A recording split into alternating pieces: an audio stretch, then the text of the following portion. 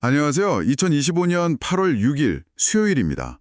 오늘 저희가 함께 살펴볼 자료들은 최근 시장에 대한 좀 흥미로운 시각들을 담고 있어요. 네, 안녕하세요. 기술주들이 다시 힘을 내는 것 같으면서도 동시에 이 시장 내부에서는 뭔가 좀 심상치 않은 신호들이 감지되고 있거든요.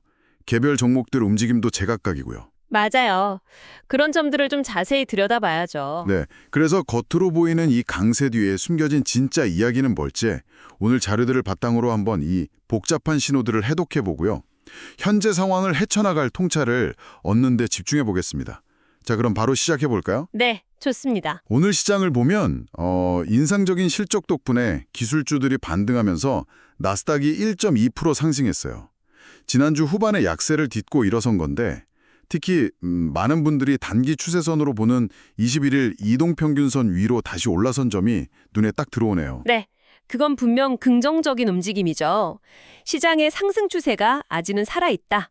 이런 신호로 볼 수 있습니다.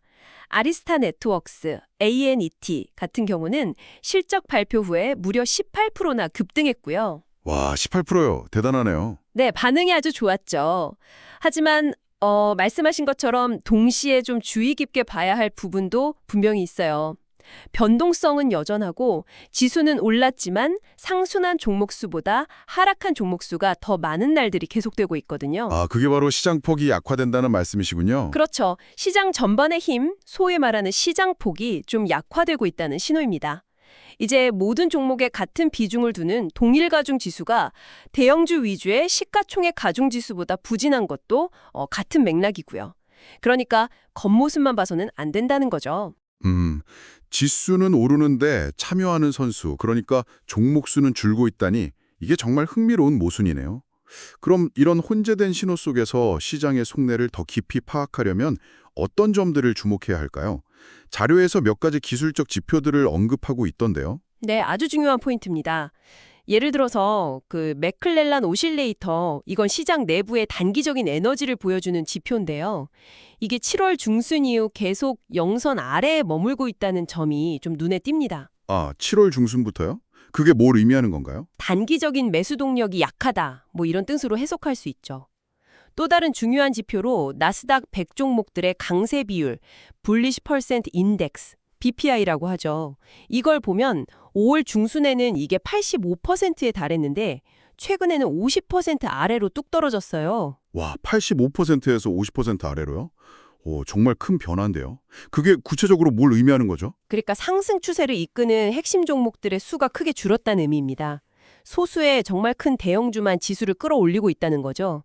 자료에 따르면 과거 주요 시장 고점 부근에서도 이런 식으로 내부 지표가 먼저 약화되는 패턴이 종종 나타났다고 하니까요. 좀 주의 깊게 지켜볼 필요가 있습니다. 이게 바로 자료가 우리에게 던지는 핵심적인 질문 중 하나예요. 지수는 강한데 내부 동력은 약하다. 투자자 입장에서는 정말 헷갈릴 수 있겠어요. 이 상황을 어떻게 받아들여야 할지.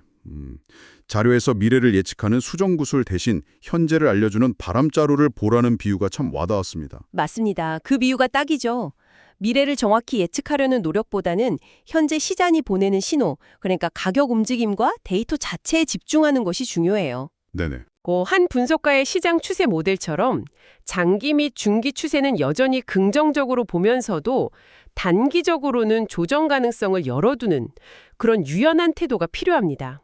유연함이 중요하군요. 그렇죠. 이런 변동성 국면에서 가장 중요한 것은 결국 위험 관리겠죠. 특히 시장이 좋아 보일 때일수록 이 감정에 휘둘리지 않도록 미리 손절매 원칙이나 비중 조절 계획을 세워두는 것이 현명합니다. 당신만의 기준선은 어디인가요? 예를 들어 나스닥의 21일 이동평균선 같은 그런 명확한 기준점을 설정해 두는 것이 도움이 될 수 있습니다. 그렇군요. 기준 설정. 시장 전체 그림도 중요하지만 결국 투자는 개별 종목으로 이루어지잖아요. 자료에 나온 개별 종목들 이야기도 흥미로웠습니다. 아리스타나 월마트, WMT처럼 강하게 치고 나가는 종목도 있지만 또 다른 움직임을 보이는 경우도 있던데요. 이런 차이점들은 어떻게 해석해야 할까요? 좋은 질문입니다. 월마트, WMT 같은 경우는 꾸준한 실적을 바탕으로 신고가를 경신하면서 안정적인 대형주의 좋은 예를 보여주고 있죠. 포트폴리오의 어떤 균형추 역할을 할 수 있겠고요. 네. 반면 시스코 CSO는 오랜 기간 다 좋은 그 기반 위에서 이제 막 돌파를 시도하려는 그런 모습입니다. 또 모토로라, MSI나 아메리칸 엑스프레스, AXP는 최근 부진을 딛고 반등을 모색하거나 중요한 지지선에서 기술적 반등을 시도하는 등 각기 다른 싸움을 하고 있어요. 아, 정말 다 다르네요. 네, 테슬라 TSLA처럼 아직 방향을 탐색 중인 종목도 있고요. 이처럼 같은 시장 환경 아래에서도 종목마다 처한 상황과 이야기가 다릅니다. 따라서 당신의 투자 전략과 또 위험 감수 능력에 맞는 기회를 신중하게 분석하고 선택하는 것이 중요합니다. 네, 오늘 분석을 정리해보면 시장은 기술주들의 회복세에 힘입어서 표면적으로는 강세를 유지하고 있지만 내부적으로는 시장 폭이 약화되는 등 경고 신호도 동시에 나타나고 있다는 거네요. 기술적 지표들을 통해 이 복잡한 상황을 더 면밀히 들여다볼 필요가 있겠습니다. 그렇습니다. 시장을 이끄는 주도주의 수가 줄어들고 있고 또 과거 시장의 중요한 변곡점에서 관찰되었던 내부 지표 약화 현상이 지금 나타나고 있습니다.